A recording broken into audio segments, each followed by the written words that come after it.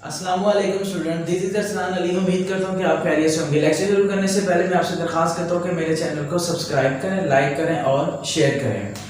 चूँकि हमने series start की हुई है 9th class math science group, उसकी एक्सरसाइज 1.4 आज हम लेक्चर नंबर 1 उसका कंडक्ट करेंगे।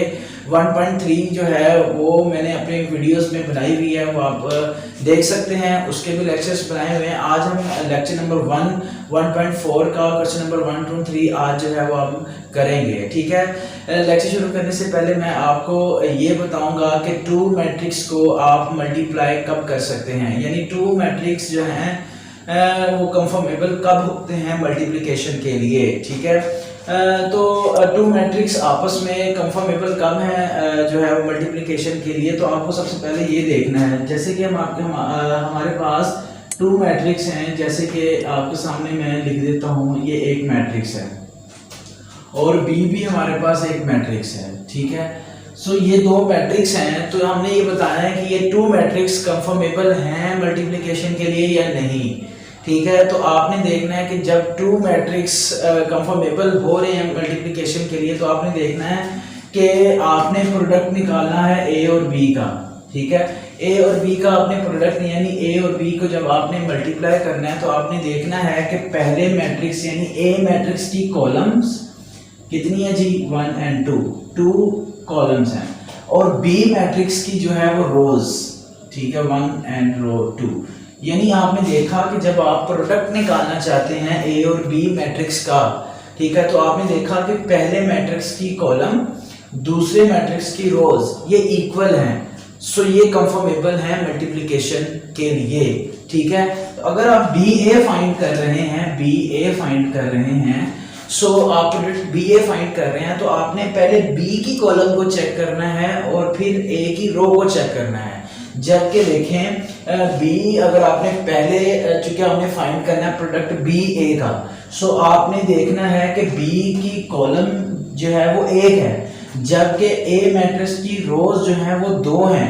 सो हमने कहा कि ये दोनों इक्वल नहीं हैं, यानी पहले मैट्रिक्स की कॉलम और दूसरे मैट्रिक्स की रोज अगर ये इक्वल हैं तो ये कंफर्मेबल फॉर मल्टीप्लिकेशन है, अदरवाइज ये मल्टीप्लिकेशन नहीं हो सकती। तो इसी तरह मैं आपको ये बता रहा हूं कि अगर आपने बी ए प्रोडक्ट निकालना है तो बी यानी पहला मैट्रिक्स हुआ, ए चूंकि दूसरा मैट्रिक्स हो गया। ठीक है, तो पहले मैट्रिक्स की कॉलम दूसरे मैट्रिक्स की रोज जबकि इक्वल हो जाएंगी, तब हम कहेंगे कि ये मल्टीप्लिकेशन हो सकते हैं, अदरवाइज ये मल्टीप्लाई नहीं हो सकते। तो हमने देखा कि बी ए हम फाइंड करना चाहते हैं, तो बी यानी पहला मैट्रिक्स बी हो गया, सेकंड मैट्रिक्स ए हो गया, तो पहले की कॉलम यानी पहले मैट्रिक्स की कॉलम 1 है, दूसरे मैट्रिक्स की रोज 2 हैं, तो हमें कहा कि ये इक्वल नहीं आए, तो that is not conformable for multiplication.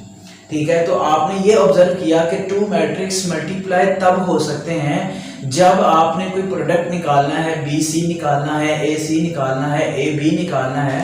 So आपने पहले मैट्रिक्स की कॉलम देखनी है कि पहले मैट्रिक्स की कॉलम और दूसरे मैट्रिक्स की रोज अगर वो इक्वल हैं तो वो कंफर्मेबल फॉर मल्टीप्लिकेशन है, अदरवाइज वो मल्टीप्लाई नहीं हो सकते। ठीक है, तो ये था इंट्रोडक्शन। अब हम आते हैं क्वेश्चन नंबर 1 की तरफ। ठीक है, पहला जो है जस्ट हमें पहले वाले क्वेश्चन में जस्ट यही बताया हुआ है कि which of the following products of matrices is conformable for multiplication, यानी पहले क्वेश्चन के अंदर जस्ट ये पूछा गया है कि कौन से ये जो नीचे प्रोडक्ट्स दिए हुए हैं, हमें 3-4 जो क्वेश्चन दिए हुए हैं ये प्रोडक्ट्स ऑफ मैट्रिक्सेस हैं, वो पूछ रहा है कि कंफर्मेबल फॉर मल्टीप्लिकेशन है या नहीं है। इसमें हम देखते हैं पार्ट नंबर 2 देखते हैं फर्स्ट ऑफ ऑल। ठीक है, उसमें हम एक प्रोडक्ट ऑफ मैट्रिक्स लिखते हैं 1 - 1 1 0, सो उसके साथ एक और मैट्रिक्स लिखते हैं 2 - 1 1 3। ठीक है, ये 2 मैट्रिक्स उसने प्रोडक्ट ऑफ मैट्रिक्स दिया हुआ है, तो ये वो डिमांड कर रहा है कि ये कंफर्मेबल फॉर मल्टीप्लिकेशन है या नहीं है। तो मैंने अभी आपको बताया कि जब आपने 2 मैट्रिक्स को मल्टीप्लाई करना है, तो फर्स्ट ऑफ ऑल आपने देख लेना है कि पहले मैट्रिक्स की कॉलम दूसरे मैट्रिक्स की रोज अगर वो इक्वल आ रही हैं तो वो मल्टीप्लिकेशन हो सकता है, अदरवाइज वो मल्टीप्लिकेशन में नहीं आएगा। जैसे कि पहले मैट्रिक्स की कॉलम चेक करते हैं, एक ये कॉलम हो गई, एक ये कॉलम हो गई, यानी कॉलम 2 कॉल हो गई हमारे पास, और आपने अगले वाले की रो को काउंट करना है, ठीक है, 1 रो और ये 2 रो। तो आपने ऑब्जर्व किया कि पहले मैट्रिक्स की कॉलम और दूसरे मैट्रिक्स की रोज ये इक्वल आ चुकी हैं, तो ये कंफर्मेबल फॉर मल्टीप्लिकेशन है। तो आपने इसके नीचे लिख देना है ये कंफर्मेबल फॉर मल्टीप्लिकेशन। इसको मल्टीप्लाई नहीं करना, ये अलग है, जस्ट इसमें बताना है कि which of the following products of matrix are conformable for multiplication. तो आपने ऑब्जर्व किया जो मैंने कंडीशन बताई कि पहले मैट्रिक्स की कॉलम दूसरे मैट्रिक्स की रोज, आपने हमेशा पहले मैट्रिक्स को ही जो है वो ऑब्जर्व करना है, कभी दूसरे को नहीं। पहले मैट्रिक्स की कॉलम दूसरे की रोज, ये ना हो कि पहले की रोज देख लें और दूसरे की कॉलम देख लें, ऐसा नहीं है। हमेशा पहले की कॉलम दूसरे की रोज को ही देखना है। अगर वो इक्वल हैं तो सिंपल आप उनको मल्टीप्लाई कर सकते हैं, कंफर्मेबल हैं। ये वो सीन नहीं है कि ऐड और प्लस में आपने ये देखना होगा कि इनका ऑर्डर सेम है तो ये मल्टीप्लाई है, नहीं, ये वो सीन नहीं है। ये सिर्फ और सिर्फ मल्टीप्लिकेशन के लिए सीन है कि पहले मैट्रिक्स की कॉलम दूसरे की रोज अगर इक्वल हैं तो वो मल्टीप्लाई हो सकते हैं, कंफर्मेबल हैं। इसी के आगे हम 5वां पार्ट भी देख लेते हैं इसका, जो उसने बताया हुआ है, लिखा हुआ है 3 2 1 0 1 -1 एंड सेकेंडली उसने हमें दिया हुआ है 1 -1 0 2 और उसके अलावा दिया हुआ है -2 3, ठीक है। तो ये हमें उसने मैट्रिक्स दिया, तो वो पूछ रहा है, हमें डिमांड कर रहा है कि ये 2 मैट्रिक्स मल्टीप्लाई हो सकते हैं या नहीं हो सकते। सो हम देखते हैं कि पहले मैट्रिक्स की कॉलम कितनी है जी, 1 कॉलम 2 कॉलम 3 कॉलम, 3 कॉलम है जी, और आगे रो देखते हैं जी, 1 रो 2 रो 3 रो। तो पहले मैट्रिक्स की कॉलम भी 3 है, दूसरे मैट्रिक्स की रोज भी 3 है, तो that is a conformable for multiplication.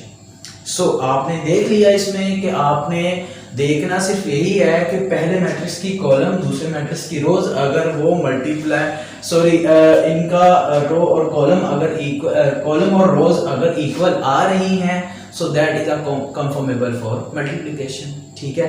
अगर नहीं आ रही, मतलब इसकी रो कॉलम जो है वो 2 हैं, इसकी रो 3 है, तो ये कंफर्मेबल फॉर एडिशन मल्टीप्लिकेशन नहीं है, ठीक है जी। पहला क्वेश्चन हमारा हो जाता है। अब हम आते हैं क्वेश्चन नंबर 2 की तरफ, ठीक है।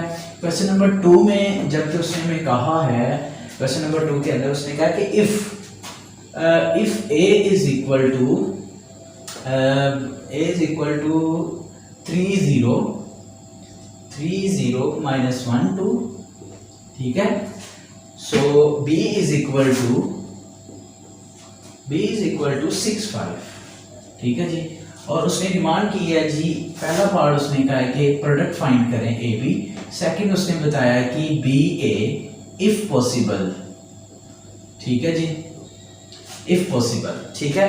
सो उसने हमें ये कहा कि ये हमारे पास if a is equal to ये है, बी इज इक्वल टू ये है, सो वो प्रोडक्ट फाइंड करने को कह रहा है कि ए बी का प्रोडक्ट फाइंड करें। सो उसने कहा कि बी ए का भी प्रोडक्ट फाइंड करें इफ पॉसिबल, यानी अगर मुमकिन है तो, ठीक है। सो फर्स्ट ऑफ ऑल हम ए का प्रोडक्ट फाइंड करते हैं, ठीक है। ए बी यानी ए बी का प्रोडक्ट, यानी अगर देखते हैं तो ए का मैट्रिक्स लिख लें 3 0 -1 2, ठीक है जी।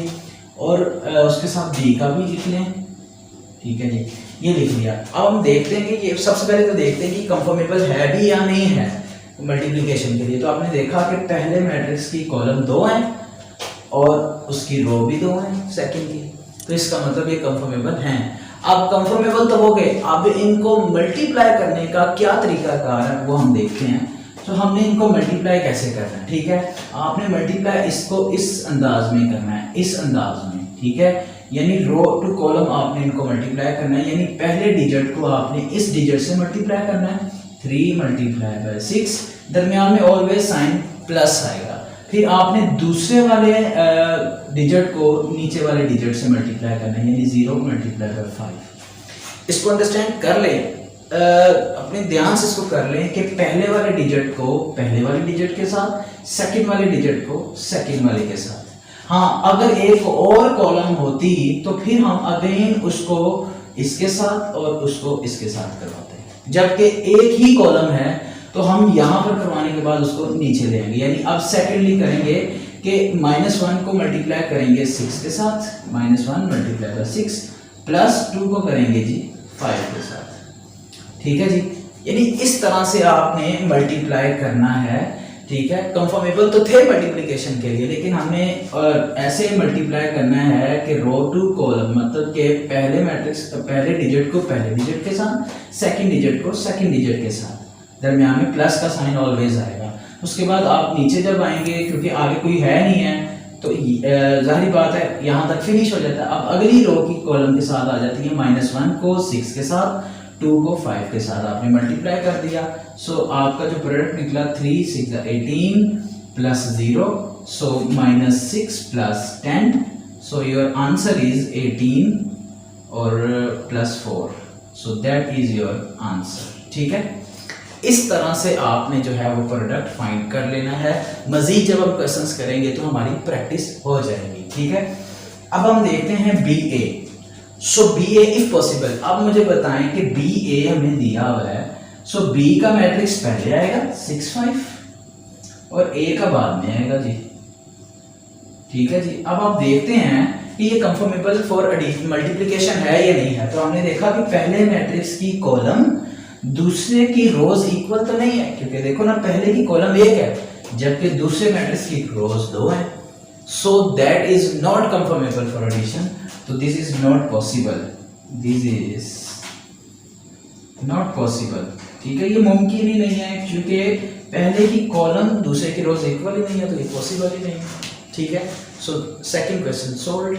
अब हम आते हैं तीसरे क्वेश्चन की तरफ, जिसमें हम इसको मजीद एक्सपेंड करेंगे।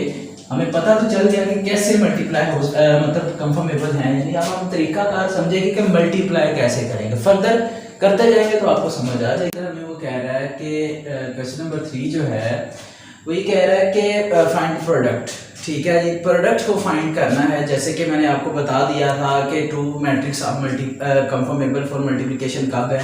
सो हम इसका जो है वो सबसे पहले पार्ट सेकंड करते हैं, फिर उसके अलावा जो है वो क्वेश्चन आगे करते हैं। हमें एक उसने दिया हुआ जी 1 2 और एक मैट्रिक्स उसने में दिया हुआ जी 5 -4। ठीक है जी, ये 2 मैट्रिक्स उसने में दिए हुए हैं और कहा गया है कि इन दोनों को मल्टीप्लाई करें। तो हमें पता है कि 2 मैट्रिक्स जो है वो कंफर्मेबल फॉर मल्टीप्लिकेशन तब है जब पहले मैट्रिक्स की कॉलम दूसरे मैट्रिक्स की रोज अगर इक्वल हैं, तो हम कहेंगे कि ये कंफर्मेबल फॉर एडिशन है। तो हमने देखा कि पहले मैट्रिक्स की कॉलम दूसरे की रोज इक्वल है, तो ये कंफर्मेबल फॉर एडिशन मल्टीप्लिकेशन है।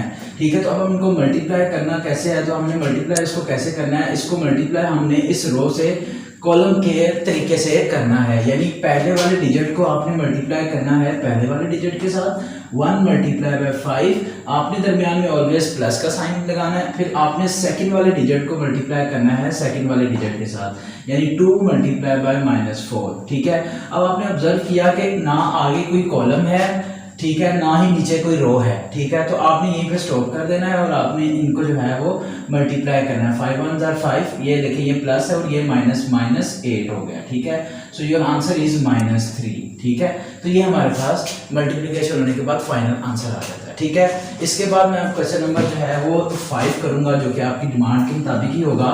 कि क्वेश्चन नंबर 5 जो है इसका पार्ट जो है वो हमें ये कह रहा है कि 1 2 -3 0 6 -1। ठीक है, ये हमारे पास एक मैट्रिक्स है और एक उसने में दिया हुआ 4 5 और 0 -4। ठीक है, सो हमें ये उसने दिया हुआ है। सबसे पहले तो हम ये देख लेंगे कि ये कंफर्मेबल फॉर मल्टीप्लिकेशन है या नहीं। तो हमने देखा कि ये मल्टीप्लिकेशन हो सकता है कि नहीं हो सकता। तो हमने देखा कि पहले मैट्रिक्स की कॉलम 2 हैं, दूसरे मैट्रिक्स की रोज भी 2 हैं, तो इट मीन्स कि ये मल्टीप्लाई हो सकते हैं। तो अब ये मल्टीप्लाई हो सकते हैं, तो अब इनको मल्टीप्लाई कैसे करेंगे, ये मैं आपको तरीका बता चुका हूँ कि आपने मल्टीप्लाई इनको करना है रो टू कॉलम मेथड से, रो टू कॉलम मेथड के साथ। अब देखें, ऑब्जर्व करें कि पहली रो को पहले कॉलम के साथ, फिर उसी रो को अगली कॉलम के साथ मल्टीप्लाई करना है। जो कि आपने पीछे जो क्वेश्चंस किए थे उसमें जस्ट एक ही कॉलम थी और एक ही रो थी। लेकिन यहाँ पर ऑब्जर्व करें कि आपने इसमें 3 रोज दे दी हैं और कॉलम भी दे दी हैं। लेकिन ये इसमें आप जरा भी ना देखिएगा कि कॉलम आपने देख ली कि पहले मैट्रिक्स की कॉलम दूसरे की रोज इक्वल है, कंफर्मेबल हो चुके हैं। लेकिन जब तरीकाकार आता है इसको मल्टीप्लाई करने का, तो आपने देखना है कि रो टू कॉलम मल्टीप्लाई करना है, यानी पहले वाले डिजिट को पहले वाले डिजिट के साथ 1 मल्टीप्लाई बाय 4, प्लस का साइन ऑलवेज आएगा, 2 को मल्टीप्लाई कर देना है 0 के साथ, ठीक है। सो उसके बाद आगे देखिए एक और कॉलम आ चुकी है। अगर एक और कॉलम आती तो फिर हम ऐसे ही करते, अगर एक जितनी भी कॉलम आते तो हम उसको पहली रो के साथ मल्टीप्लाई करके ही नीचे जाते, ठीक है। अब देखो इसको 1 को मल्टीप्लाई कर दिया आपने 5 के साथ, फिर प्लस का साइन, 2 को मल्टीप्लाई कर देना है -4 के साथ, ठीक है जी। ये हमारे पास कंप्लीट क्यों हो जाता है, क्योंकि आगे कोई कॉलम ही नहीं बची, तो इसलिए हमने यहाँ पर फिनिश कर देना। अब आपने दूसरी रो पे आ जाना है। दूसरी रो को भी इसी मेथड से जो है वो सॉल्व करना है कि पहले वाले डिजिट को पहले वाले डिजिट के साथ, यानी -3 मल्टीप्लाई बाय 4 प्लस 0 को मल्टीप्लाई कर दे 0 के साथ, होगी पहली कॉलम। अब इसी रो को अगली कॉलम के साथ भी मल्टीप्लाई करना है, -3 multiply by 5 plus 0 multiply by -4, ठीक है जी।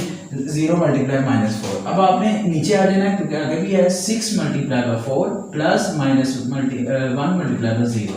सो आगे भी 6 multiply by 5 plus -1 multiply by -4। सो आपने इस तरह से जो है इनको मल्टीप्लाई कर देना, यानी जितनी भी रो होंगी उनको जितने भी आगे कॉलम है उनसे मल्टीप्लाई करना है। वो इस तरीके से करना है कि पहले वाले डिजिट को पहले वाले के साथ, सेकंड वाले डिजिट को सेकंड के साथ, ठीक है। इस तरह से आपने मल्टीप्लाई करना है। आगे इनको जब सोल्व करना है वो है 4 1 जार 4 प्लस 0, 5 1 जार 5 -8 क्योंकि माइनस और ये प्लस -8। सो आगे देखिए -12 प्लस 0, आगे -15 -0। सो नीचे है जी 24 -0, आ जाएगा 30 प्लस 4 कहाँ से आया जी, माइनस प्लस, 4 1 जार 4, आगे +4, ठीक है जी। अब आप इसको जब फाइनल सोल्यूशन निकालेंगे तो ये 4 हो जाएगा, ये -3 हो जाएगा, ये -12 हो जाएगा, ये -15 होगा, और ये 24 ही होगा, और ये 34 होगा, ठीक है जी। ये हमारे पास फाइनल आंसर इसका आ जाता है, ठीक है। इसी तरह से बाकी क्वेश्चंस भी हैं। मजीद फर्दर जब इसको करेंगे सेकंड लेक्चर के अंदर, मैं आपको इसके मजीद जो है वो क्वेश्चन सॉल्व करना सिखाऊंगा, ताकि ये आपको मजीद समझ आ जाए, ठीक है। ज़्यादा से ज़्यादा जो है वो सब्सक्राइब करें, लाइक करें और शेयर करेंगे तो आपको अगर समझ आई है तो कमेंट सेक्शन में पूछ सकते हैं। तब तक के लिए दे इजाज़त।